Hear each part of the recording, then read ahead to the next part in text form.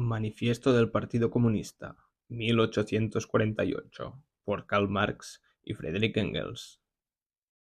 Un espectro se cierne sobre Europa, el espectro del comunismo. Contra este espectro se han conjurado en santa jauría todas las potencias de la vieja Europa, el Papa y el Zar, Metternich y Guizot, los radicales franceses y los polizontes alemanes. No hay un solo partido de oposición a quien los adversarios gobernantes no motejen de comunista. Ni un solo partido de oposición que no lance el rostro de las oposiciones más avanzadas. Lo mismo que a los enemigos reaccionarios, la acusación estigmatizante del comunismo. De este hecho se desprenden dos consecuencias. La primera es que el comunismo se halla ya reconocido como una potencia por todas las potencias europeas. La segunda, que es ya hora de que los comunistas expresen a la luz del día y ante el mundo entero sus ideas, sus tendencias, sus aspiraciones, saliendo así al paso de esa leyenda del espectro comunista con un manifiesto de su partido. Con este fin, se han congregado en Londres los representantes comunistas de diferentes países y redactado el siguiente manifiesto que aparecerá en lengua inglesa, francesa, alemana, italiana, flamenca y danesa. Capítulo 1. Burgueses y proletarios. Toda la historia de la sociedad humana hasta la actualidad es una historia de luchas de clase. Libres y esclavos, patricios y plebeyos, varones y siervos de la gleba, maestros y oficiales, en una palabra, opresores y oprimidos, frente a frente siempre, empeñados en una lucha, interrumpida, velada unas veces y otras franca y abierta, en una lucha que conduce en cada etapa a la transformación revolucionaria de todo el régimen social o el exterminio de ambas clases beligerantes. En los tiempos históricos nos encontramos a la sociedad dividida casi por doquier en una serie de estamentos, dentro de cada uno de los cuales reina, a su vez, una nueva jerarquía social de grados y posiciones. En la Roma antigua son los patricios, los equites, los plebeyos, los esclavos. En la Edad Media, los señores feudales, los vasallos, los maestros y los oficiales de los gremios, los siervos de la gleba, y dentro de cada una de estas clases todavía nos encontramos con nuevos matices y gradaciones. La moderna sociedad burguesa que se alza sobre las ruinas de la sociedad feudal no ha abolido los antagonistas de la clase. Lo que ha hecho ha sido crear nuevas clases, nuevas condiciones de opresión, nuevas modalidades de lucha, que han venido a sustituir a las antiguas. Sin embargo, nuestra época, la época de la burguesía, se caracteriza por haber simplificado estos antagonismos de clase. Hoy, toda la sociedad tiende a separarse, cada vez más abiertamente, en dos grandes campos enemigos, en dos grandes clases antagonistas, la burguesía y el proletariado. De los serbios de la gleba de la Edad Media surgieron los villanos de las primeras ciudades, y estos villanos fueron el germen de donde brotaron los primeros elementos de la burguesía. El descubrimiento de América, la circunnavegación de África abrieron nuevos horizontes e imprimieron nuevo impulso a la burguesía. El mercado de China y de las Indias Orientales, la colonización de América, el intercambio con las colonias, el incremento de los medios de cambio y de las mercaderías en general, dieron al comercio, a la navegación, a la industria, un empuje jamás conocido, atizando con ello el elemento revolucionario que se escondía en el seno de la sociedad feudal en descomposición. El régimen feudal o gremial de producción que seguía imperando no bastaba ya para cubrir las necesidades que abrían los nuevos mercados. Vino a ocupar su puesto la manufactura. Los maestros de los gremios se vieron desplazados por la clase media industrial, y la división del trabajo entre las diversas corporaciones fue suplantada por la división del trabajo dentro de cada taller. Pero los mercados seguían dilatándose, las necesidades seguían creciendo, ya no bastaba tampoco la manufactura. El invento del vapor y la maquinaria vinieron a revolucionar el régimen industrial de producción. La manufactura cedió el puesto a la gran industria moderna y la clase media industrial hubo de dejar paso a los magnates de la industria, jefes de grandes ejércitos industriales, a los burgueses modernos. La gran industria Creó el mercado mundial, ya preparado por el descubrimiento de América. El mercado mundial imprimió un gigantesco impulso al comercio, a la navegación, a las comunicaciones por tierra. A su vez, estos progresos redundaron considerablemente en provecho de la industria y en la misma proporción en que se dilataban la industria, el comercio, la navegación, los ferrocarriles, se desarrollaba la burguesía, crecían sus capitales, iba desplazando y esfumando a todas las clases herederas de la Edad Media. Vemos, pues, que la moderna burguesía es, como lo fueron en su tiempo las otras clases, producto de un largo proceso histórico, fruto de una serie de transformaciones radicales operadas en el régimen de cambio y de producción. A cada etapa de avance recorrida por la burguesía corresponde una nueva etapa de progreso político, clase oprimida bajo el mando de los señores feudales. La burguesía forma en la comuna una asociación autónoma y armada para la defensa de sus intereses.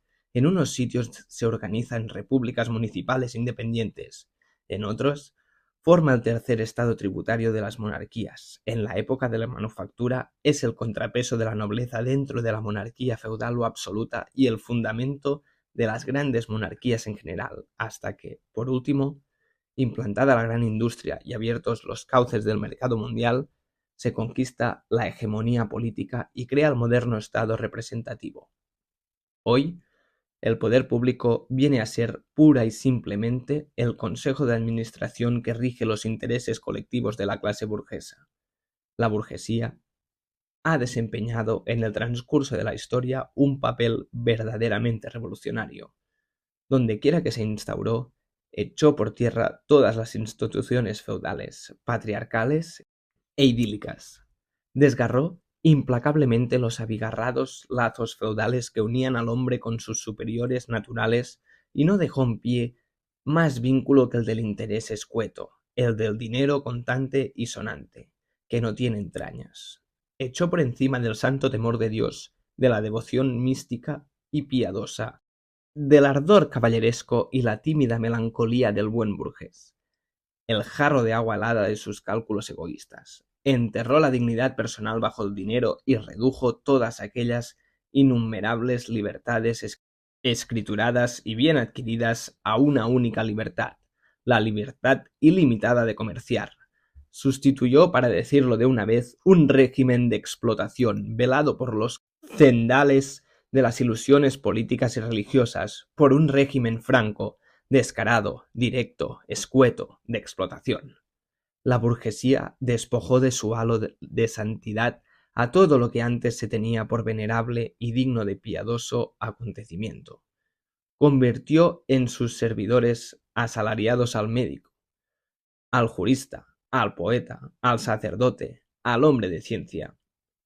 La burguesía desgarró los velos emotivos y sentimentales que envolvían la familia y puso al desnudo la realidad económica de las relaciones familiares.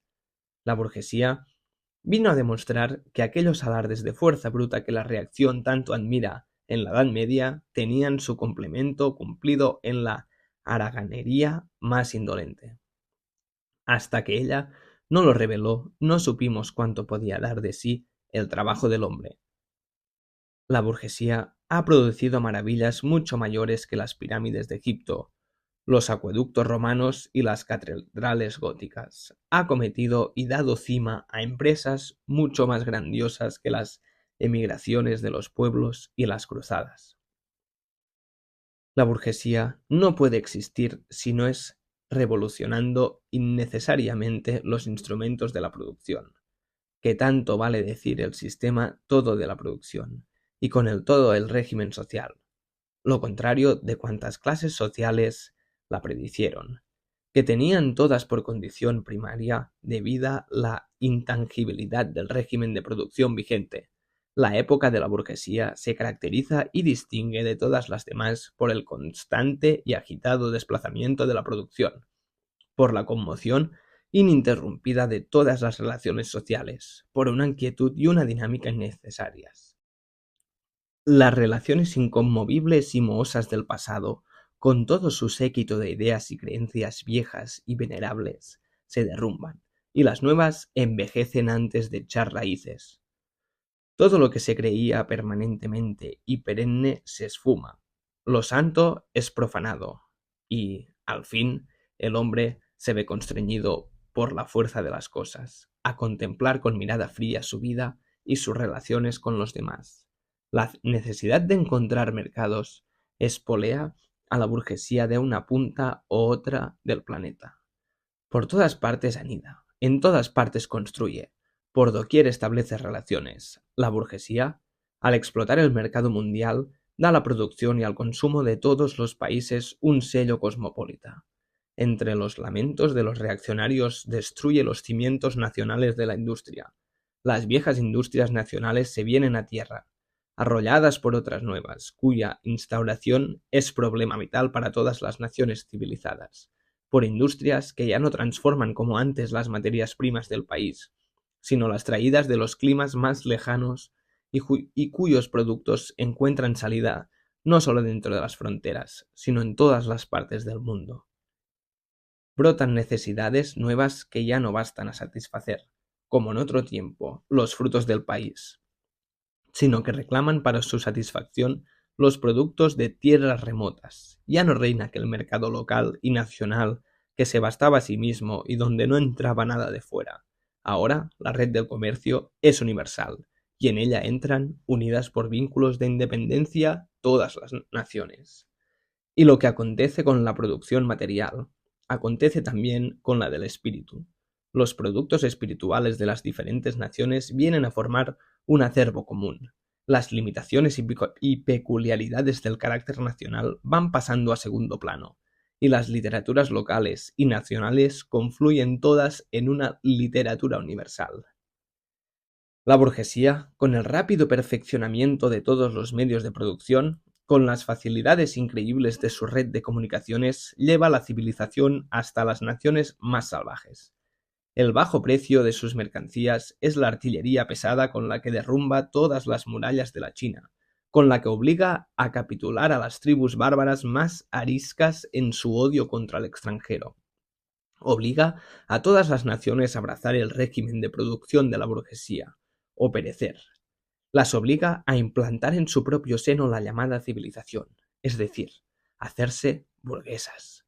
Crea un mundo hecho a su imagen y semejanza. La burguesía somete el campo al imperio de la ciudad, crea ciudades enormes, intensifica la población urbana en una fuerte proporción respecto a la campesina, y arranca a una parte considerable de la gente del campo al cretinismo de la vida rural.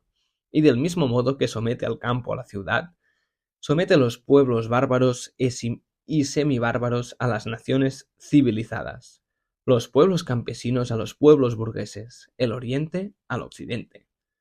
La burguesía va aglutinando cada vez más los medios de producción, la propiedad y los habitantes del país. Aglomera la población, centraliza los medios de producción y concentra en manos de unos cuantos la propiedad. Este proceso tenía que conducir, por fuerza lógica, a un régimen de centralización política.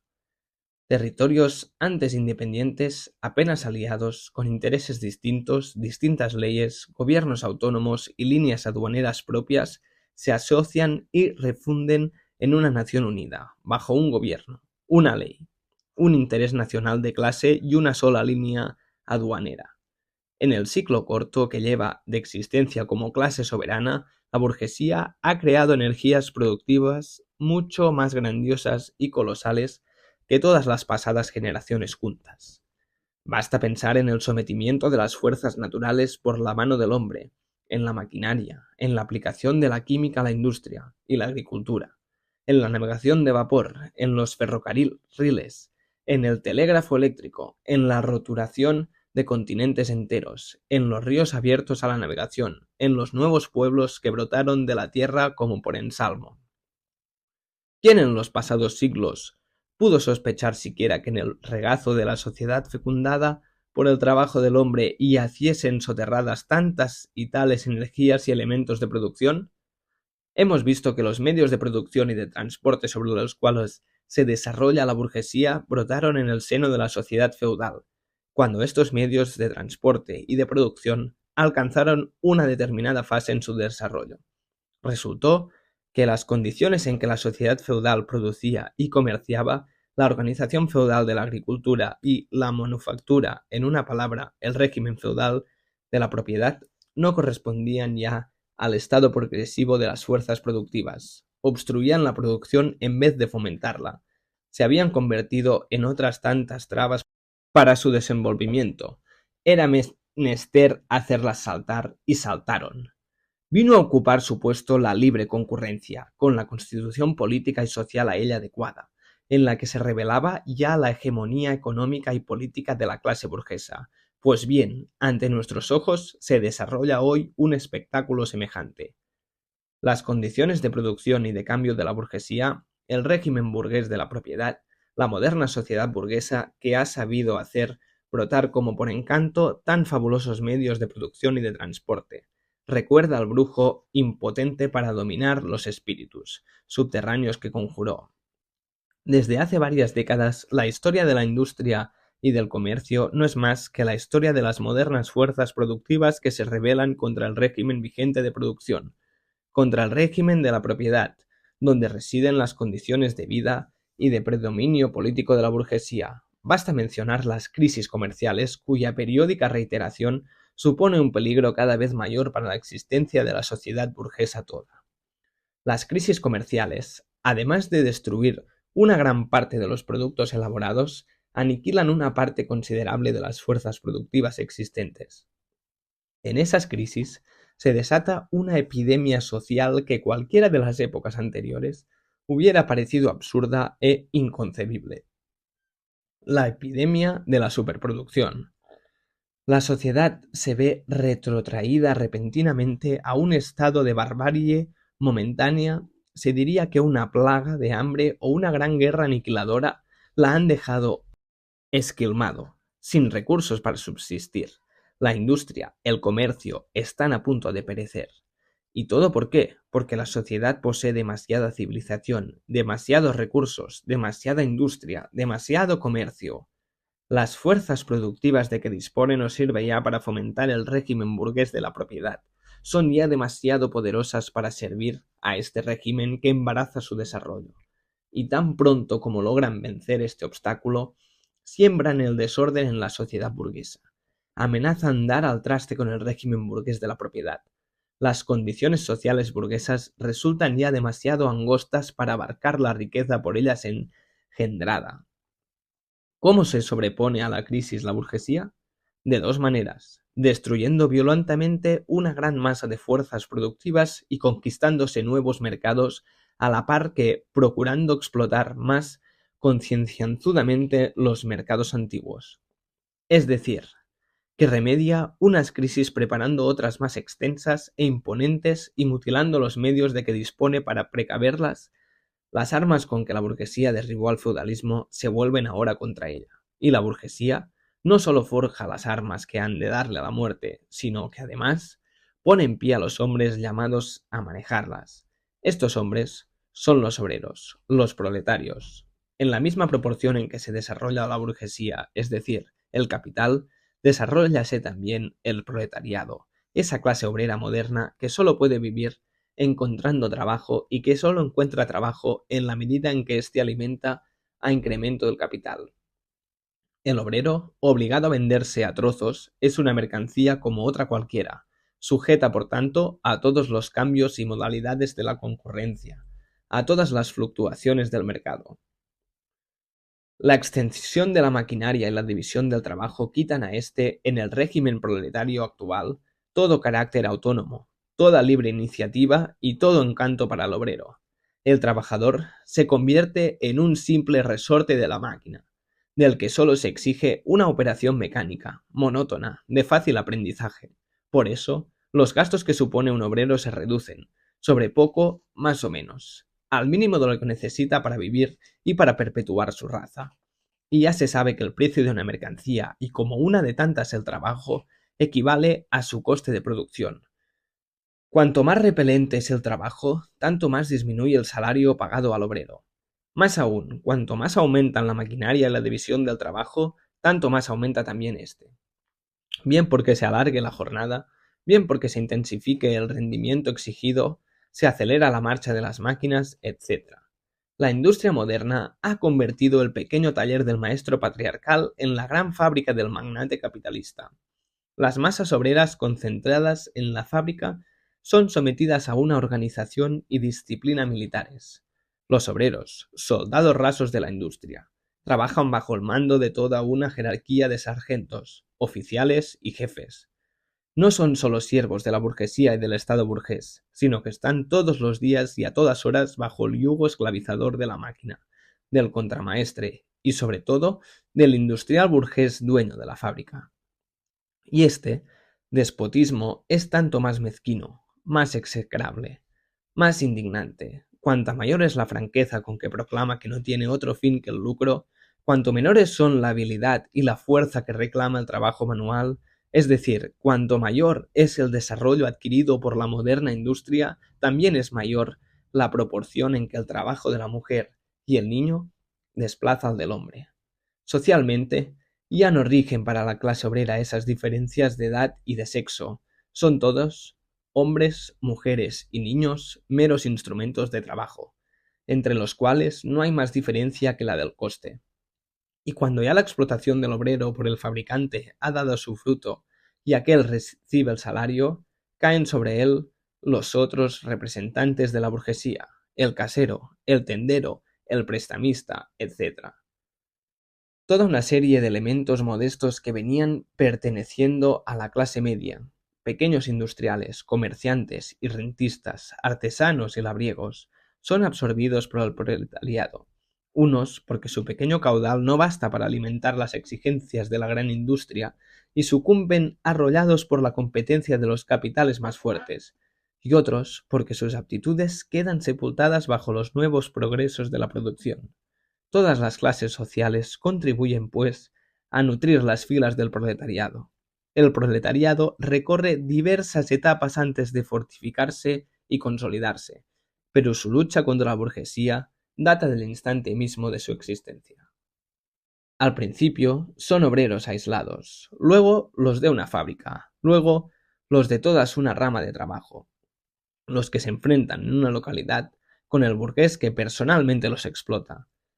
Sus ataques no van solo contra el régimen burgués de producción, van también contra los propios instrumentos de la producción. Los obreros, sublevados, destruyen las mercancías ajenas que les hacen la competencia, destrozan las máquinas, pegan fuego a las fábricas, pugnan por volver a la situación ya enterrada del obrero medieval. En esta primera etapa, los obreros forman una masa diseminada por todo el país y desunida por la concurrencia. Las concentraciones de masas de obreros no son todavía fruto de su propia unión, sino fruto de la unión de la burguesía, que para alcanzar sus fines políticos propios tiene que poner en movimiento, cosa que todavía logra, a todo el proletariado.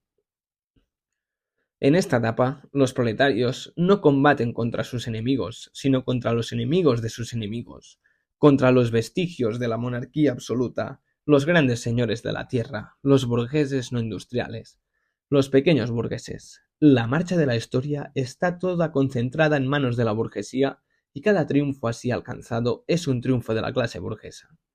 Sin embargo, el desarrollo de la industria no solo nutre las filas del proletariado, sino que las aprieta y concentra. Sus fuerzas crecen y crece también la conciencia de ellas. Y al paso que la maquinaria va borrando las diferencias y categorías en el trabajo y reduciendo los salarios casi en todas partes a un nivel bajísimo y uniforme, van nivelándose también los intereses y las condiciones de vida dentro del proletariado. La competencia, cada vez más aguda, desatada entre la burguesía y las crisis comerciales que desencadenan, hacen cada vez más inseguro el salario del obrero. Los progresos incesantes y cada día más veloces del maquinismo aumentan gradualmente la inseguridad de su existencia. Las colisiones entre obreros y burgueses aislados van tomando el carácter, cada vez más señalado, de colisiones entre dos clases. Los obreros empiezan a coligarse contra los burgueses, se asocian y unen para la defensa de sus salarios. Crean organizaciones permanentes para pertrecharse en previsión de posibles batallas, de vez en cuando estallan revueltas y sublevaciones. Los obreros arrancan algún triunfo que otro, pero transitorio siempre. El verdadero objetivo de estas luchas no es conseguir un resultado inmediato, sino ir extendiendo y consolidando la Unión Obrera. Coadyuvan a ello los medios cada vez más fáciles de comunicación, creados por la gran industria y que sirven para poner en contacto a los obreros de las diversas regiones y localidades. Gracias a este contacto, las múltiples acciones locales, que en todas partes presentan idéntico carácter, se convierten en un movimiento nacional, en una lucha de clase, y toda lucha de clase es una acción política. Las ciudades de la Edad Media, con sus caminos vecinales, necesitaron siglos enteros para unirse con los demás. El proletariado moderno, gracias a los ferrocarriles, ha creado su unión en unos cuantos años. Esta organización de los proletarios como clase, que tanto vale decir como partido político, se ve minada a cada momento por la concurrencia desatada entre los propios obreros, pero avanza y triunfa siempre, a pesar de todo, cada vez más fuerte, más firme, más pujante, y aprovechando de las discordias que surgen en el seno de la burguesía, impone la sanción legal de sus intereses propios. Así nace en Inglaterra la ley de la jornada de 10 horas. Las colisiones producidas entre las fuerzas de la antigua sociedad imprimen nuevos impulsos al proletariado. La burguesía lucha incesantemente, primero contra la aristocracia, luego contra aquellos sectores de la propia burguesía cuyos intereses chocan con los progresos de la industria, y siempre contra la burguesía de los demás países. Para librar estos combates no tiene más remedio que apelar al proletariado, reclamar su auxilio, arrastrándolo así a la palestra política. Y de este modo la suministra elementos de fuerza, es decir, armas contra sí misma. Además, como hemos visto, los progresos de la industria traen a las filas proletarias a toda una serie de elementos de la clase gobernante, o a la menos los colocan en las mismas condiciones de vida, y estos elementos suministran al proletariado nuevas fuerzas. Finalmente, en aquellos periodos en que la lucha de clase está a punto de decidirse, es tan violento y tan claro el proceso de desintegración de la clase gobernante latente en el seno de la sociedad antigua, que una pequeña parte de esa clase se desprende de ella y abraza la causa revolucionaria, pasándose a la clase que tiene en sus manos al porvenir. Y así como antes una parte de la nobleza se pasaba a la burguesía, ahora una parte de la burguesía se pasa al campo del proletariado. En este tránsito rompen la marcha los interlocutores burgueses, que, analizando teóricamente el curso de la historia, han logrado ver claro en sus derroteros. De todas las clases que hay, se enfrentan con la burguesía. No hay más que una verdaderamente revolucionaria, el proletariado. Las demás perecen y desaparecen con la gran industria. El proletariado, en cambio, es su producto genuino y peculiar. Los elementos de las clases medias, el pequeño industrial, el pequeño comerciante, el artesano, el labriego, todos luchan contra la burguesía para salvar de la ruina su existencia como tales clases. No son, pues, revolucionarios, sino conservadores. Más todavía, reaccionarios, pues pretenden volver atrás la rueda de la historia. Todo lo que tienen de revolucionario es lo que mira a su tránsito inminente al proletariado. Con esa actitud no defienden sus intereses actuales, sino los futuros. Se despojan de su posición propia para abrazar la del proletariado. El proletariado andrajoso, esa putrefacción pasiva de las capas más bajas de la vieja sociedad, se verá arrastrado en parte al movimiento por una revolución proletaria. Si bien las condiciones todas de su vida lo hacen más propicio a dejarse comprar como instrumento de manejos reaccionarios, las condiciones de vida de la vieja sociedad aparecen ya destruidas en las condiciones de vida del proletariado. El proletario carece de bienes, sus relaciones con las mujeres y con los hijos no tienen ya nada de común en las relaciones familiares burguesas.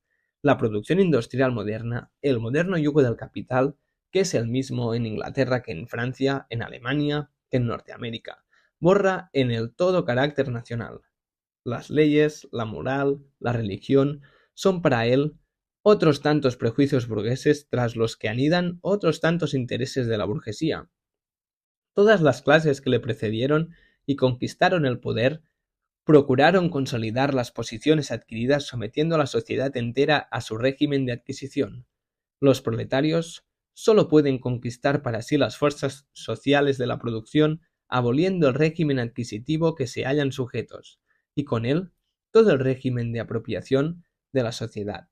Los proletarios no tienen nada propio que asegurar, sino destruir todos los aseguramientos y seguridades privadas de los demás. Hasta ahora, todos los movimientos sociales habían sido movimientos desatados por una minoría o en interés de una minoría. El movimiento proletario es el movimiento autónomo de una inmensa mayoría en interés de una mayoría inmersa. El proletariado, la capa más baja y oprimida de la sociedad actual, no puede levantarse, incorporarse sin hacer saltar, hecho añicos desde los cimientos hasta el remate.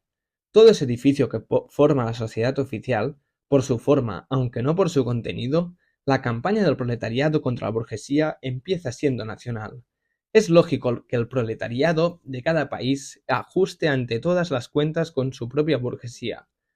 Al esbozar, en líneas muy generales, las diferentes fases de desarrollo del proletariado, hemos seguido las incidencias de la guerra civil más o menos embozada, que se plantea en el seno de la sociedad vigente hasta el momento en que esta guerra civil desencadena una revolución abierta y franca, y el proletariado, derrocado por la violencia a la burguesía, echa las bases de su poder. Hasta hoy, toda la sociedad descansó, como hemos visto, en el antagonismo entre las clases oprimidas y las opresoras.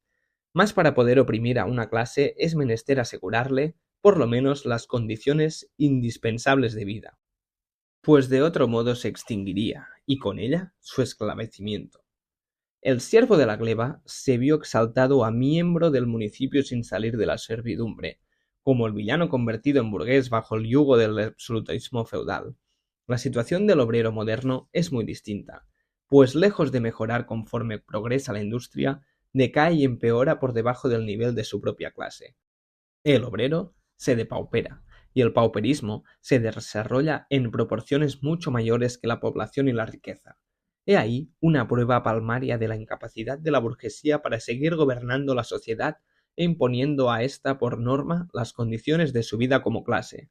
Es incapaz de gobernar porque es incapaz de garantizar a sus esclavos la existencia ni aun dentro de su esclavitud, porque se ve forzada a dejarlos llegar hasta una situación de desamparo en que no tiene más remedio que mantenerles, cuando son ellos quienes deberían mantenerla a ella. La sociedad no puede seguir viviendo bajo el imperio de esa clase. La vida de la burguesía se ha hecho incompatible con la sociedad.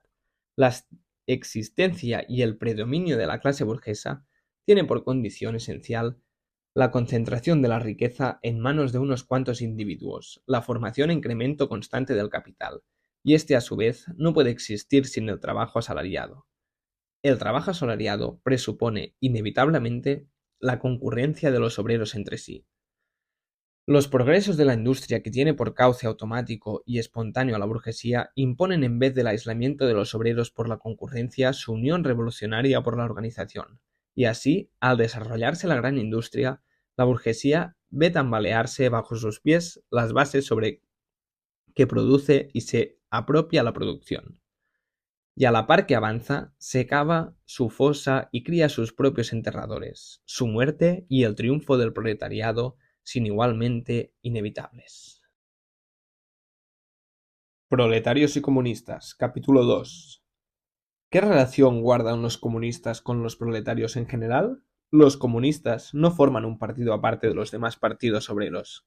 No tienen intereses propios que se distingan de los intereses generales del proletariado. No profesan principios especiales con los que aspiren a modelar el movimiento proletario. Los comunistas no se distinguen de los demás partidos proletarios más que en esto, en que destacan y reivindican siempre, en todas y cada una de las acciones nacionales proletarias, los intereses comunes y peculiares de todo el proletariado, independientes de su nacionalidad, y en que, cualquiera que sea la estada histórica en que se mueva, la lucha entre el proletariado y la burguesía mantienen siempre el interés del movimiento enfocado a su conjunto. Los comunistas son, pues, prácticamente la parte más decidida, el acicate siempre en tensión de todos los partidos obreros del mundo. Teóricamente, llevan de ventaja a las grandes masas del proletariado su clara visión de las condiciones, los derroteros y los resultados generales a que ha de evocar el movimiento proletario. El objetivo inmediato de los comunistas es idéntico al que persiguen los demás partidos proletarios en general: formar la conciencia de clase del proletariado, derrocar el régimen de la burguesía, llevar al proletariado a la conquista del poder. Las proposiciones teóricas de los comunistas no descansan ni mucho menos en las ideas, en los principios forjados o descubiertos por ningún redentor de la humanidad. Son todas expresión generalizada de las condiciones materiales de una lucha de clase real y vivida, de un movimiento histórico que se está desarrollando a la vista de todos. La abolición del régimen vigente de la propiedad no es tampoco ninguna característica peculiar del comunismo. Las condiciones que forman el régimen de la propiedad han estado sujetas siempre a cambios históricos, a alteraciones históricas constantes. Así, por ejemplo, la Revolución Francesa abolió la propiedad feudal para instaurar sobre sus ruinas la propiedad burguesa. Lo que caracteriza al comunismo no es la abolición de la propiedad en general, sino la abolición del régimen de propiedad de la burguesía, de esta moderna institución de la propiedad privada burguesa, expresión última y la más acabada de este régimen de producción y apropiación de lo producido, que reposa sobre el antagonismo de dos clases, sobre la explotación de unos hombres por otros. Así entendida, si pueden los comunistas resumir su teoría en esa fórmula: abolición de la propiedad privada. Se nos reprocha que queremos destruir la propiedad personal bien adquirida, fruto del trabajo y del esfuerzo humano, esa propiedad que es para el hombre la base de toda libertad, el acitaje de todas las actividades y la garantía de toda independencia. La propiedad bien adquirida, fruto del trabajo y del esfuerzo humano. ¿Os referís acaso a la propiedad del humilde artesano, del pequeño labriego, precedente histórico de la propiedad burguesa? No, esa no necesitamos destruirla. El desarrollo de la industria lo ha hecho ya, y lo está haciendo a todas horas. ¿O queréis referiros a la moderna propiedad privada de la burguesía? Decidnos, ¿es que el trabajo asalariado, el trabajo del proletario, le rinde propiedad? No, ni mucho menos. Lo que rinde es capital, esa forma de propiedad que se nutre de la explotación del trabajo asalariado, que solo puede crecer y multiplicarse a condición de entregar nuevo trabajo asalariado para hacerlo también objeto de su explotación. La propiedad, en la forma que hoy presenta, no admite salida a este antagonismo del capital y el trabajo asalariado. Detengámonos un momento a contemplar los dos términos de la antítesis. Ser capitalista es ocupar un puesto, no simplemente personal, sino social, en el proceso de la producción. El capital es un producto colectivo y no puede ponerse en marcha más que por la cooperación de muchos individuos, y aún cabría decir que, en rigor, esta cooperación abarca la actividad común de todos los individuos de la sociedad. El capital no es, pues, un patrimonio personal, sino una potencia social. Los que, por tanto, aspiramos a convertir el capital en propiedad colectiva, común a todos los miembros de la sociedad, no aspiramos a convertir en colectiva una riqueza personal. A lo único que aspiramos es a transformar el carácter colectivo de propiedad, a despojarla de su carácter de clase. Hablemos ahora del trabajo asalariado. El precio medio del trabajo asalariado es el mínimo del salario, es decir, la suma de víveres necesarias para sostener al obrero como tal obrero. Todo lo que el obrero asalariado adquiere con su trabajo es, pues, lo que estrictamente necesita para seguir viviendo y trabajando. Nosotros no aspiramos en modo alguno a destruir este régimen de apropiación personal de los productos de un trabajo encaminado a crear medios de vida. Régimen de apropiación que no deja, como vemos, al menor margen de rendimiento líquido y con él la posibilidad de ejercer influencia sobre los demás hombres. A lo que aspiramos es a destruir el carácter oprobioso de este régimen de apropiación en que el obrero solo vive para multiplicar el capital, en que vive tan solo en la media en que el interés de la clase dominante aconseja que viva. En la sociedad burguesa, el trabajo vivo del hombre no es más que un medio de incrementar el trabajo acumulado. En la sociedad comunista, el trabajo acumulado será, por el contrario, un simple medio para dilatar, fomentar y enriquecer la vida del obrero. En la sociedad burguesa es, pues, el pasado el que impera sobre el presente. En el comunista imperará el presente sobre el pasado. En la sociedad burguesa se reserva al capital toda personalidad y iniciativa. El individuo trabajador carece de iniciativa y personalidad, y a la abolición de estas condiciones llama la burguesía a abolición de la personalidad y la libertad, y sin embargo, tiene razón. Aspiramos en efecto a ver abolidas las personalidades, la independencia y la libertad burguesa.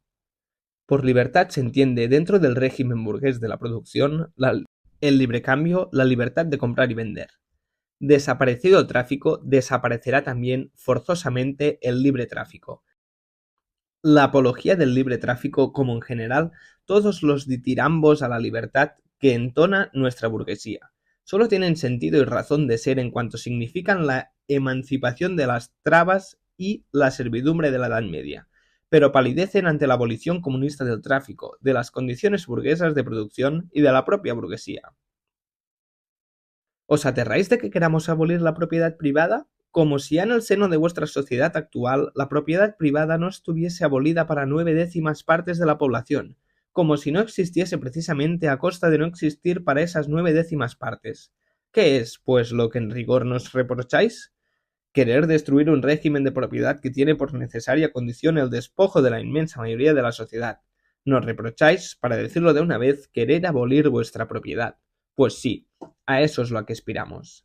Para vosotros, desde el momento en que el trabajo no pueda convertirse ya en capital, en dinero, en renta, en un poder social monopolizable, desde el momento en que la propiedad personal no pueda ya trocarse en propiedad burguesa, la persona no existe. Con eso, confesáis que para vosotros no hay más persona que el burgués, el capitalista. Pues bien, la personalidad así concebida es la que nosotros aspiramos a destruir. El comunismo no priva a nadie del poder de apropiarse productos sociales. Lo único que no admite es el poder de usurpar por medio de esta apropiación el trabajo ajeno. Se arguye que, abolida la propiedad privada, cesará toda actividad y reinará la indolencia universal.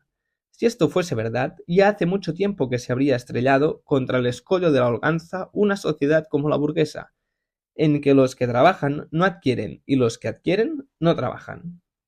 Vuestra objeción viene a reducirse, en fin de cuentas, a una verdad que no necesita demostración, y es que, al desaparecer el capital, desaparecerá también el trabajo asalariado. Las objeciones formuladas contra el régimen comunista de apropiación y producción material se hacen extensivas a la producción y apropiación de los productos espirituales. Y así como destruir la propiedad de clase equivale para el burgués a destruir la producción. El destruir la cultura de clase es para el sinónimo de destruir la cultura en general. Esa cultura, cuya pérdida tanto deplora, es la que convierte en una máquina a la inmensa mayoría de la sociedad. A discutir con nosotros y criticar la abolición de la propiedad burguesa partiendo de vuestras ideas burguesas de libertad, cultura, derecho, etc., no os dais cuenta de que esas mismas ideas son otros tantos productos del régimen burgués de propiedad y de producción, del mismo modo que vuestro derecho no es más que la voluntad de vuestra clase elevada ley, una voluntad que tiene su contenido y encarnación en las condiciones materiales de vida de vuestra clase. Compartís con todas las clases dominantes que han existido y perecieron la idea interesada de que vuestro régimen de producción y de propiedad obra de condiciones históricas que desaparecen en el transcurso de la producción, descansa sobre leyes naturales eternas y sobre los dictados de la razón.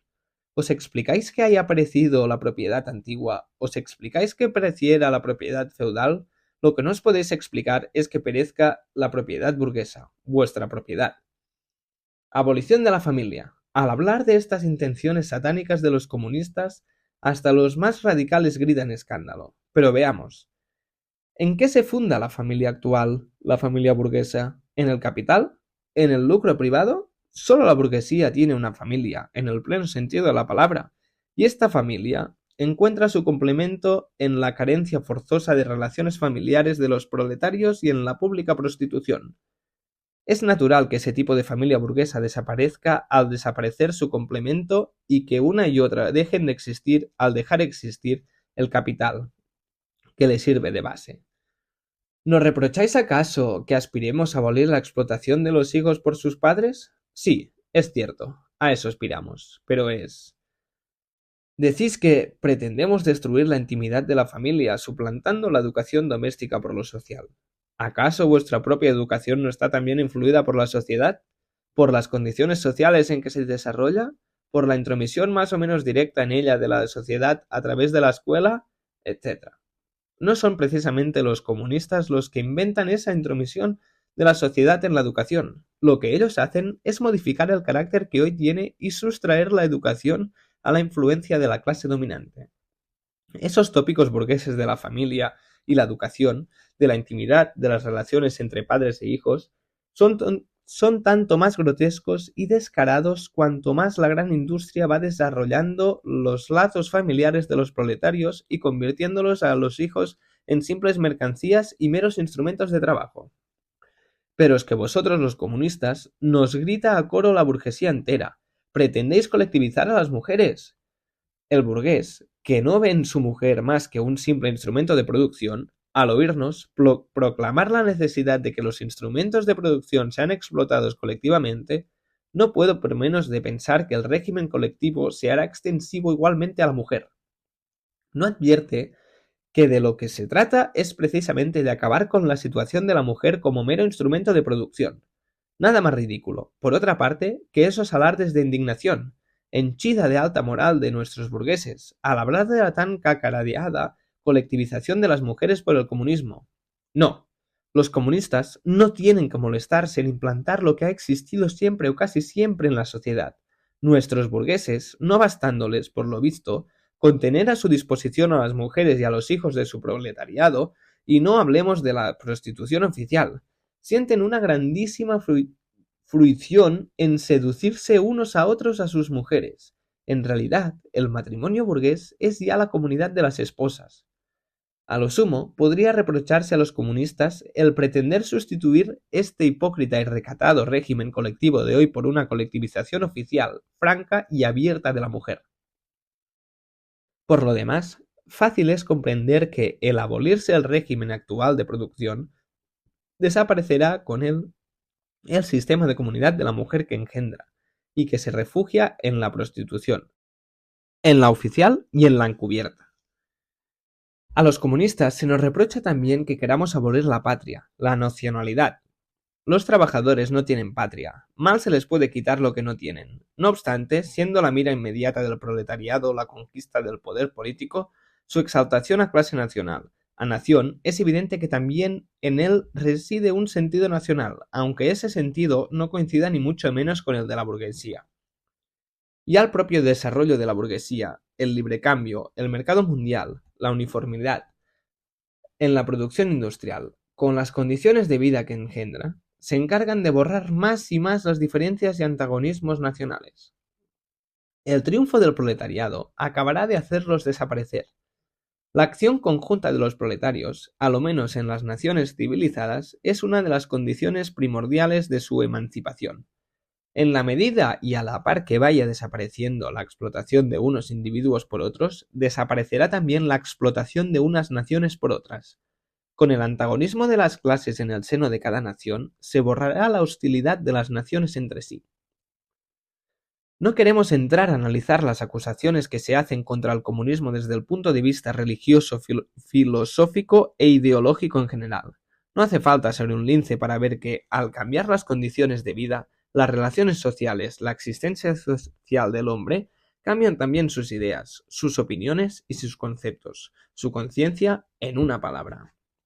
La historia de las ideas es una prueba palmaria de cómo cambia y se transforma la producción espiritual con la material. Las ideas imperantes en una época han sido siempre las ideas propias de la clase imperante. Se habla de ideas que revolucionan a toda una sociedad. Con ello, no se hace más que dar expresión a un hecho, y es que en el seno de la sociedad antigua han germinado ya los elementos para la nueva y a la par que se esfuman o derrumban las antiguas condiciones de vida, se derrumban y esfuman las ideas antiguas. Cuando el mundo antiguo estaba a punto de desaparecer, las religiones antiguas fueron vencidas y suplantadas por el cristianismo. En el siglo XVIII, cuando las ideas cristianas sucumbían ante el racionalismo, la sociedad feudal pugnaba desesperadamente haciendo un último esfuerzo con la burguesía. entonces revolucionaria. Las ideas de libertad, de conciencia y de libertad religiosa no hicieron más que proclamar el triunfo de la libre concurrencia en el mundo ideológico. Se nos dirá que las ideas religiosas, morales, filosóficas, políticas, jurídicas, etc., aunque sufran alteraciones a lo largo de la historia, llevan siempre un fondo de perennidad y que por debajo de esos cambios siempre ha habido una religión, una moral, una filosofía, una política, un derecho. Además, se seguirá arguyendo existen verdades eternas como la libertad, la justicia, etc., comunes a todas las sociedades y a todas las etapas de progreso de la sociedad. Pues bien, el comunismo, continúa el argumento, viene a destruir estas verdades eternas, la moral, la religión, y no va a sustituirlas por otras nuevas, viene a interrumpir violentamente todo el desarrollo histórico anterior. Veamos a qué queda reducida esta acusación. Hasta hoy, toda la historia de la sociedad ha sido una constante sucesión de antagonismos de clases, que revisten diversas modalidades, según las épocas. Mas cualquiera que sea la forma que en cada caso adopte, la explotación de una parte de la sociedad por la otra es un hecho común a todas las épocas del pasado. Nada tiene, pues, de extraño, que la conciencia social de todas las épocas se atenga, a despecho de toda la variedad y de todas las divergencias, a ciertas formas comunes, formadas de conciencia hasta que el antagonismo de clases que las informa no desaparezca radicalmente. La revolución comunista viene a romper de la manera más radical con el régimen tradicional de la propiedad. Nada tiene, pues, de extraño que se vea obligada a romper, en su desarrollo de la manera también más radical, con las ideas tradicionales. Pero no queremos detenernos por más tiempo en los reproches de la burguesía contra el comunismo.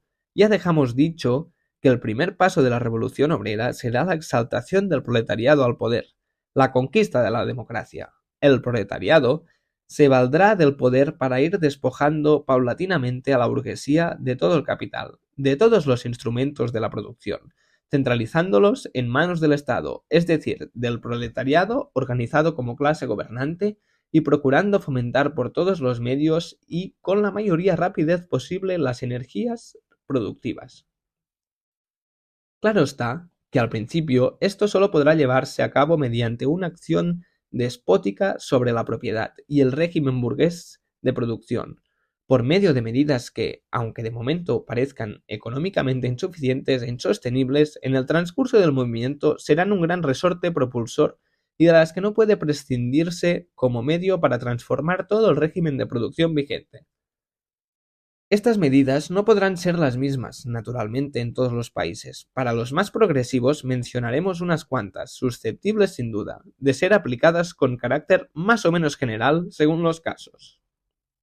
1. Expropiación de la propiedad inmueble y aplicación de la renta del suelo a los gastos públicos. 2. Fuerte impuesto progresivo. 3. Abolición del derecho de herencia. 4. Confiscación de la fortuna de los emigrados y rebeldes. 5. Centralización del crédito en el Estado por medio de un banco nacional con capital del Estado y régimen de monopolio. 6. Nacionalización de los transportes. 7. Multiplicación de las fábricas nacionales y de los medios de producción, rotulación y mejora de terrenos con arreglo a un plan colectivo. 8. Proclamación del deber general del trabajador, creación de ejercicios industriales, principalmente en el campo. 9. Articulación de las explotaciones agrícolas e industriales, tendencia a ir borrando gradualmente las diferencias entre el campo y la ciudad. 10. Educación pública y gratuita de todos los niños, prohibición del trabajo infantil en las fábricas bajo su forma actual, régimen combinado de la educación con la producción material. Tan pronto como, en el transcurso del tiempo, hayan desaparecido las diferencias de clase y toda la producción esté concentrada en manos de la sociedad, el Estado perderá todo el carácter político. El poder político no es, en rigor, más que el poder organizado de una clase para la opresión de la otra. El proletariado se ve forzado a organizarse como clase para luchar contra la burguesía. La revolución le lleva al poder, mas tan pronto como desee, como clase gobernante, derribe por la fuerza el régimen vigente de producción. Con este hará desaparecer las condiciones que determinan el antagonismo de clase, las clases mismas, y por tanto su propia soberanía como tal clase. Y a la vieja sociedad burguesa, con sus clases y sus antagonismos de clase, sustituirá una asociación en que el libre desarrollo de cada uno coincide el libre desarrollo de todos. Literatura socialista y comunista. Capítulo 3. El socialismo reaccionario. El socialismo feudal. La aristocracia francesa e inglesa, que no se resignaba a abandonar su puesto histórico, se dedicó, cuando ya no pudo hacer otra cosa, a escribir libelos contra la moderna sociedad burguesa. En la Revolución Francesa de julio de 1830, en el movimiento reformista inglés volvió a sucumbir, arrollada por el odiado intruso y no pudiendo dar ya ninguna batalla política seria. No le quedaba más arma que la pluma. Mas también en la palestra literaria habían cambiado los tiempos, ya no era posible seguir empleando el lenguaje de la época de la Restauración. Para ganarse simpatías, la aristocracia hubo de olvidar aparentemente sus intereses y acusar a la burguesía, sin tener presente más interés que el de la clase obrera explotada. De este modo, se daba el gusto de provocar a su adversario y vencedor con amenazas y de mutilarse al oído profecías más o menos catastróficas. Nació así el socialismo feudal, una mezcla de lamento, eco del pasado y rumor sordo del porvenir. Un socialismo que de vez en cuando asestaba a la burguesía un golpe en medio del corazón con sus juicios sardónicos y acerrados, pero que casi siempre movía risa por su total incapacidad para comprender la marcha de la histórica moderna. Con el fin de atraer hacia sí al pueblo, tremolaba el estado del mendigo proletario por bandera. Pero ¿cuántas veces lo seguía? El pueblo veía brillar en las espaldas de los caudillos las viejas armas feudales y se dispersaba con una risotada nada contenida y bastante respetuosa. Una parte de los legitimistas franceses y la joven Inglaterra fueron los más perfectos organizados de este espectáculo. Esos señores feudales, que tanto insisten en demostrar que sus modos de explotación no se parecían en nada a los de la burguesía, se olvidan de una cosa, y es de que las circunstancias y condiciones en que ellos llevaban a cabo su explotación han desaparecido. Y, al enorgullecerse de que bajo su régimen no existía el moderno proletariado, no advierten que esta burguesía moderna que tanto abominan es un producto históricamente necesario de su orden social. Por lo demás, no se molestan gran cosa en cubrir el sello reaccionario de sus doctrinas, y así se explica que su más rabiosa acusación contra la burguesía sea precisamente el crear y fomentar bajo su régimen una clase que esté llamada a la de derruir todo el orden social heredado. Lo que más reprochan a la burguesía no es el engendrar un proletariado, sino al engendrar un proletariado revolucionario.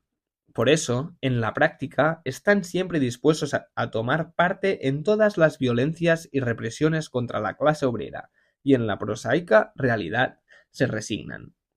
Pese a todas las retóricas impulsoras, a recolectar también los huevos de oro y a tocar la nobleza, el amor y el honor caballerescos por el vil tráfico en lana, remolacha y aguardiente. Como los curas van siempre del brazo de los señores feudales, no es extraño que con este socialismo feudal venga a confluir el socialismo clerical. Nada más fácil que dar el ascetismo cristiano un barniz socialista. ¿No combatió también el cristianismo contra la propiedad privada, contra el patrimonio, contra el Estado? ¿No predijo frente a las instituciones la caridad y la limosna, el celibato y el castigo de la carne, la vida monástica y la iglesia? El socialismo cristiano es el hisopazo con el que el clérigo bendice el despecho del aristócrata.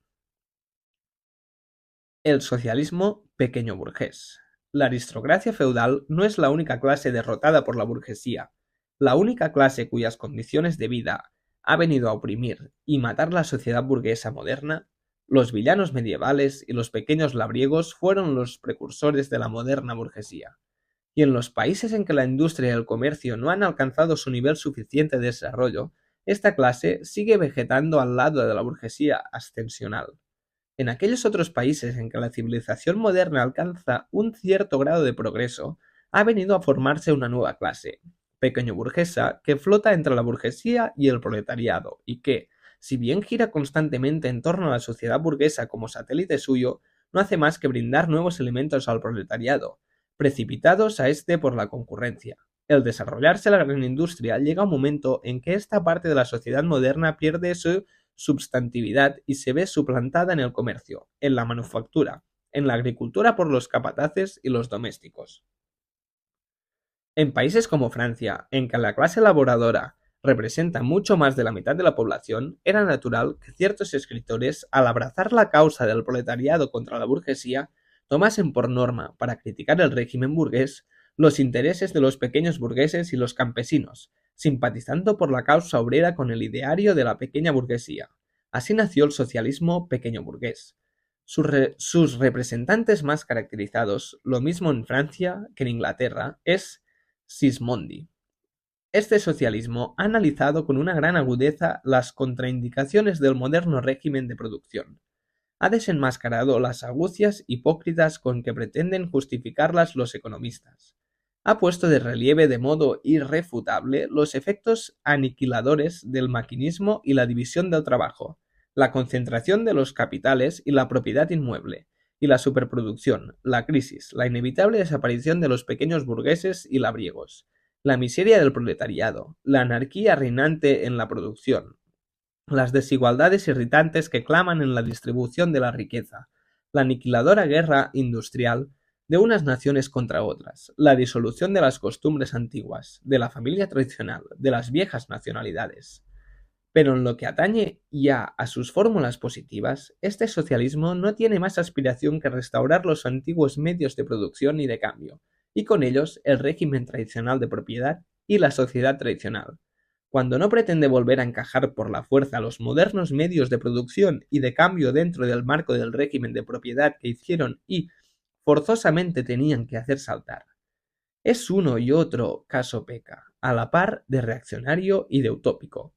En la manufactura, la restauración de los viejos gremios y en el campo, la implantación de un régimen patriarcal. He ahí sus dos magnas aspiraciones. Hoy, esta corriente socialista ha venido a caer en una cobarde moderna. El socialismo alemán, o verdadero socialismo. La literatura socialista y comunista de Francia, nacida bajo la presión de una burguesía gobernante y expresión literaria de lucha librada con su avasallamiento, fue importada en Alemania en el mismo instante en que la burguesía empezaba a sacudir el yugo del absolutismo feudal. Los filósofos, pseudofilósofos y grandes ingenios del país se asimilaron condiciosamente a aquella literatura, pero olvidando que con las doctrinas no habían pasado la frontera también las condiciones sociales a que respondían. Al enfrentarse con la situación alemana, la literatura socialista francesa perdió toda su importancia práctica directa para asumir una fisonomía puramente literaria y convertirse en una aciosa especulación acerca del espíritu humano y de sus proyecciones sobre la realidad. Y así, mientras que los postulados de la primera Revolución Francesa eran, para los filósofos alemanes del siglo XVIII, los postulados de la razón práctica, en general, las aspiraciones de la burguesía francesa revolucionaria representaban a sus ojos las leyes de la voluntad pura, de la voluntad ideal, de una voluntad verdaderamente humana. La única preocupación de los literarios alemanes era armonizar las nuevas ideas francesas con su vieja conciencia filosófica, o por mejor decir, asimilarse desde su punto de vista filosófico a aquellas ideas. Esta asimilación se llevó a cabo por el mismo procedimiento con que se asimila uno una lengua extranjera, traduciéndola. Todo el mundo sabe que los monjes medievales se dedicaban a recamar los manuscritos que atesoraban las obras clásicas del paganismo con todo género de insubstanciales historias de santos de la Iglesia católica. Los literatos alemanes procedieron con la literatura francesa profana de un modo inverso. Lo que hicieron fue empalmar sus absurdos filosóficos a los originales franceses, y así, donde el original desarrollaba la crítica del dinero, ellos pusieron expropiación del ser humano, donde se criticaba el Estado burgués, abolición del imperio de lo general abstracto, y así por el estilo. Esta interpelación de locuciones y galimatías filosóficas en las doctrinas francesas fue bautizada con los nombres de filosofía del hecho, verdadero socialismo, ciencia alemana del socialismo, fundamentación filosófica del socialismo y otros semejantes. De este modo, la literatura socialista y comunista francesa perdía toda su virilidad y como en manos de los alemanes no expresaba ya la lucha de una clase contra otra clase, el profesor germano se hacía la ilusión de haber superado el parcialismo francés. A falta de verdaderas necesidades pregonaba la verdad, y a falta de los intereses del proletariado mantenía los intereses del ser humano, del hombre en general, de ese hombre que no reconoce clases, que ha dejado de vivir en la realidad para transportarse al cielo vaporoso de la fantasía filosófica. Sin embargo, este socialismo alemán, que tomaba tan en serio sus desmayados ejercicios escolares y que tanto y tanto solemnemente trompeteaba, fue perdiendo poco a poco su pedantesca inocencia.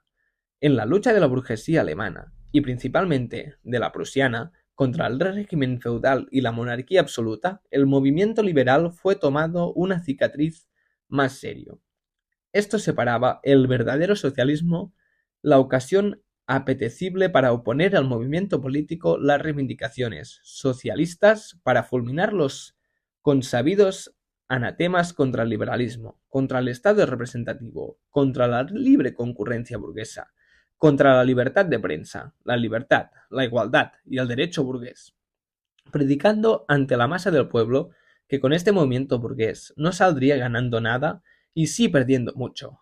El socialismo alemán se cuidaba de olvidar oportunamente que la crítica francesa, de la que no era más que un eco sin vida, presuponía la existencia de la sociedad burguesa moderna, con sus peculiares condiciones materiales de vida y su organización política adecuada, supuestos previos, ambos en torno a los cuales giraba precisamente la lucha en Alemania.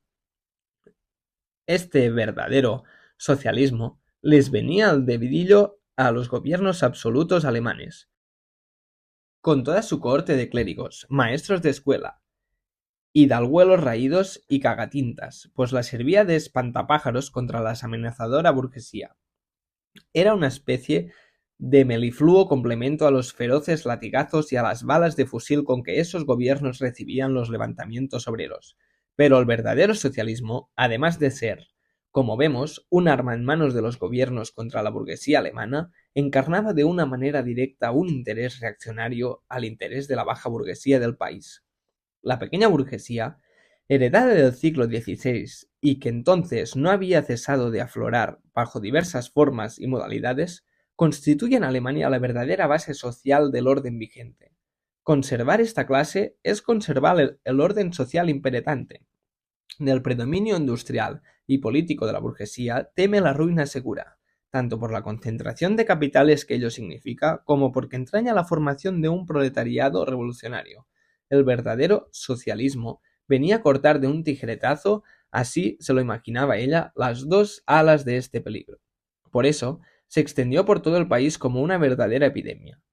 El ropaje ampuloso en que los socialistas alemanes envolvían el puñado de huesos de sus verdaderas eternas, un ropaje tejido con hebras especulativas, bordado con las flores retóricas de su ingenio, empapado de nieblas melancólicas y románticas, hacía todavía más gustosa la mercancía para ese público.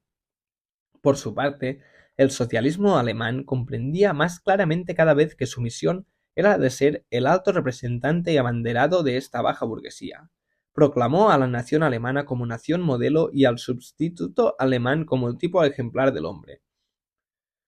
Dio a todos sus servilísimos y vilezas un hondo y oculto sentido socialista, tornándolos en lo contrario de lo que en realidad eran, y al alzarse curiosamente contra las tendencias bárbaras y destructivas del comunismo, subrayando como contraste la imparcialidad sublime de sus propias doctrinas, ajenas a toda su lucha de clase. No hacía más que sacar la última consecuencia lógica de su sistema. Toda la pretendencia literatura socialista y comunista que circula por Alemania, con poquísimas excepciones, profesa estas doctrinas repugnantes y castradas. El socialismo burgués o conservador. Una parte de la burguesía desea mitigar las injusticias sociales para de este modo garantizar la perduración de la sociedad burguesa. Se encuentran en este bando los economistas, los filántropos, los humanitarios, los que aspiran a mejorar la situación de las clases obreras, los organizadores de actos de beneficencia, las sociedades protectoras de animales, los promotores de campañas contra el alcoholismo, los predicadores y reformadores sociales de toda la haya.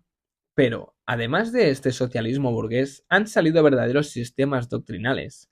Sirva de ejemplo la filosofía de la miseria de Proudhon. Los burgueses socialistas considerarían ideales las condiciones de vida de la sociedad moderna sin las luchas y los peligros que encierran. Su ideal es la sociedad existente, depurada de los elementos que la corroen y revolucionan. La burguesía sin el proletariado. Es natural que la burguesía se represente el mundo en que gobierna como el mejor de los mundos posibles. El socialismo burgués eleva esta idea consoladora al sistema o semisistema, y al invitar al proletariado a que lo realice, tomando posesión de la Nueva Jerusalén, lo que en realidad exige de él es que se avenga para siempre al actual sistema de sociedad, pero desterrando la deplorable idea de que él es forma. Una segunda modalidad, aunque menos sistemática, bastante más práctica de socialismo, pretende ahuyentar a la clase obrera de todo movimiento revolucionario, haciéndole ver que lo que a ella le interesa no son tales o cuales cambios políticos, sino simplemente determinantes mejoras en las condiciones materiales económicas de su vida. Claro está que este socialismo se cuida de no incluir entre los cambios que afectan a las condiciones materiales de vida la abolición del régimen burgués de producción, que solo puede alcanzarse por la vía revolucionaria. Sus aspiraciones se contraen a esas formas admirativas que son conciliables con el actual régimen de producción y que, por tanto, no tocan para nada las relaciones entre el capital y el trabajo asalariado, sirviendo solo, en el mejor de los casos, para abaratar a la burguesía los costes de su reinado y sanearle el presupuesto. Este socialismo burgués a que nos referimos solo encuentra expresión adecuada allí donde se convierte en mera figura retórica. Pedimos el libre cambio en interés de la clase obrera. En interés de la clase obrera pedimos arrancarles protectores. Pedimos prisioneros celulares. En interés de la clase trabajadora. Hemos dado por fin con la suprema y única seria aspiración del socialismo burgués. Todo el socialismo de la burguesía se reduce, en efecto, a una tesis, y es que los burgueses lo son, y deben seguir siéndolo, en interés de la clase trabajadora. El socialismo y el comunismo crítico utópico.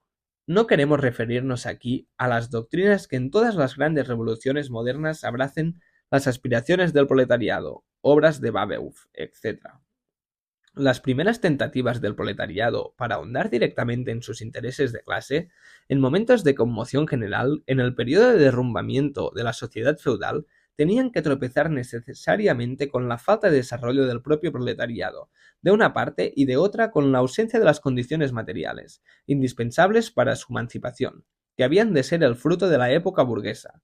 La literatura revolucionaria que guía estos primeros pasos vacilantes del proletariado es, y necesariamente tenía que serlo, juzgada por su contenido reaccionaria. Estas doctrinas profesan un sentimiento universal y un torpe y vago igualitarismo.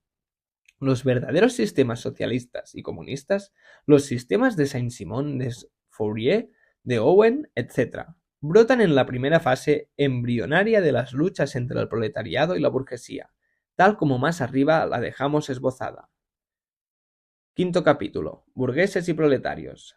Cierto es que los autores de estos sistemas pretenden ya en el antagonismo de las clases y en la acción de los elementos disolventes que germinan en el seno de la propia sociedad gubernamental, pero no aciertan todavía a ver en el proletariado una acción histórica independiente, un movimiento político propio y peculiar. Y como el antagonismo de clases se desarrolla siempre a la par con la industria, se encuentran con que les faltan las condiciones materiales para la emancipación del proletariado, y es en vano que se debaten por crearlas mediante una ciencia social y a fuerza de leyes sociales. Esos autores pretenden suplantar la acción social por su acción personal especulativa, las condiciones históricas que han de determinar la emancipación proletaria por condiciones fantásticas que ellos mismos se forjan. La gradual organización del proletariado como clase por una organización de la sociedad inventada a su antojo. Para ello, el curso universal de la historia que ha de venir se cifra en la propaganda y práctica ejecución de sus planes sociales. Es cierto que en esos planes tienen la conciencia de defender primordialmente los intereses de la clase trabajadora, pero solo porque las consideran la clase más sufrida. Es la única función en que existe para ellos el proletariado. La forma embrionaria que todavía representa la lucha de clase y las condiciones en que se desarrolla la vida de estos autores hace que se consideren ajenos a esa lucha de clase y como situados en un plano muy superior. Aspiran a mejorar las condiciones de vida de todos los individuos de la sociedad, incluso los mejor acomodados. De aquí que no cesen de apelar a la sociedad entera sin distinción. Cuando no se dirigen con preferencia a la propia clase gobernante, abrigan la seguridad de que basta conocer su sistema para sacarlo como el plan más perfecto para la mejor de las sociedades posibles. Por eso, rechazan todo lo que sea acción política y muy principalmente la revolucionaria. Quieren realizar sus aspiraciones por la vía pacífica e intentan abrir paso al nuevo evangelio social predicando con el ejemplo por medio de pequeños experimentos que, naturalmente, les fallan siempre. Estas descripciones fantásticas de la sociedad del mañana brotan en una época en que el proletariado no ha alcanzado aún la madurez, en que, por tanto, se forja todavía una serie de ideas fantásticas acerca de su destino y posición, dejándose llevar por los primeros impulsos, puramente intuitivos, de transformar radicalmente la sociedad. Y sin embargo, en estas obras socialistas y comunistas hay un principio de crítica, puesto que atacan las bases todas de la sociedad existente. Por eso, han contribuido notablemente al ilustrar la conciencia de la clase trabajadora. Más fuera de esto, sus doctrinas de carácter positivo acerca de la sociedad futura, las que predican, por ejemplo, que en ella se borrarán las diferencias entre la ciudad y el campo, o las que proclaman la abolición de la familia, de la propiedad privada, del trabajo asalariado, el triunfo de la armonía social, la transformación del Estado en un simple organismo administrativo de la producción, giran todas en torno a la desaparición de la lucha de clase, de esa lucha de clases que empieza a dibujarse y que ellos apenas sí conocen en su primera e informe vaguedad. Por eso, todas sus doctrinas y aspiraciones tienen un carácter puramente utópico. La importancia de este socialismo y comunismo crítico utópico está en razón inversa al desarrollo histórico de la sociedad, al paso que la lucha de clases se define y acentúa. Va perdiendo importancia práctica y sentido teórico esa fantástica posición de superioridad respecto a ella. Esa fe fantástica en su supresión. Por eso, aunque algunos de los autores de estos sistemas socialistas fueran en mucho respecto verdaderos revolucionarios, sus discípulos forman hoy día sectas indiscutiblemente reaccionarias, que tremolan y mantienen impertérritas las viejas ideas de sus maestros frente a los nuevos derroteros históricos del proletariado. Son, pues, consecuentes cuando pugnan por mitigar la lucha de clase y por conciliar lo inconciliable, y siguen soñando con la fundación de falansterios, con la colonización interior, con la creación de una pequeña Icaria, edición en miniatura de la Nueva Jerusalén. Y para levantar todos esos castillos en el aire, no tienen más remedio que apelar a los filantrópicos, generosidad de los corazones y los bolsillos burgueses. Poco a poco van restablando la categoría de los socialistas reaccionarios o conservadores, de los cuales solo se distinguen por su sistemática pedantería y por el fanatismo supersticioso con que comulgan en las milagrerías de su ciencia social. He ahí por qué se enfrentan rabiosamente con todos los movimientos políticos, a que se entrega al proletariado lo bastante ciego para no creer en el nuevo evangelio que ellos le predican. En Inglaterra, los owenistas se alzan contra los cartistas, y en Francia los reformistas tienen enfrente a los discípulos de Fourier. Actitud de los comunistas ante los otros partidos de la oposición. Último capítulo. Capítulo 4. Después de lo que dejamos dicho en el capítulo 2, fácil es comprender la relación que guardan los comunistas con los demás partidos obreros ya existentes, con los cartistas ingleses y con los reformadores agrarios de Norteamérica. Los comunistas, aunque luchando siempre por alcanzar los objetivos inmediatos y defender los intereses cotidianos de la clase obrera, representan a la par, dentro del movimiento actual, su porvenir. En Francia se alían al Partido Democrático Socialista, contra la burguesía conservadora y radical, más sin renunciar por esto a su derecho de crítica frente a los tópicos y las ilusiones procedentes de la tradición revolucionaria. En Suiza, apoyan a los radicales, sin ignorar que este partido es una mezcla de elementos contradictorios, de democracia socialista a la manera francesa y de burgueses radicales.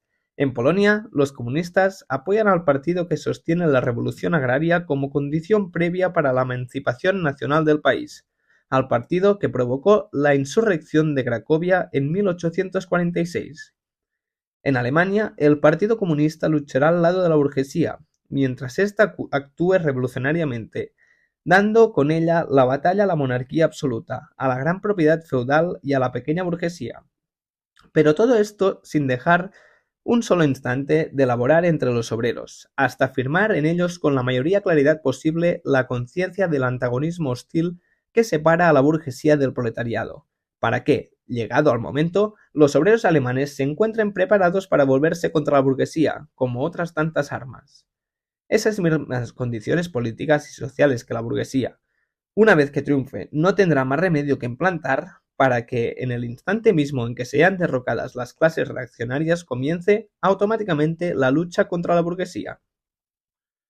Las miradas de los comunistas convergen con un especial interés sobre Alemania, pues no desconocen que este país está en vísperas de una revolución burguesa y que esa sacudida revolucionaria se va a desarrollar bajo las propicias condiciones de la civilización europea y con un proletariado mucho más potente que el de Inglaterra en el siglo XVII y el de Francia en el siglo XVIII, razones todas para que la revolución alemana burguesa que se avecina no sea más que el preludio inmediato de una revolución proletaria. Resumiendo, los comunistas apoyan en todas partes, como se ve, cuantos movimientos revolucionarios se planteen contra el régimen social y político imperante. En todos estos movimientos se ponen de relieve el régimen de la propiedad, cualquiera que sea la forma más o menos progresista que revista, como la cuestión fundamental que se ventila. Finalmente, los comunistas laboran por llegar a la unión y la inteligencia de los partidos democráticos de todos los países.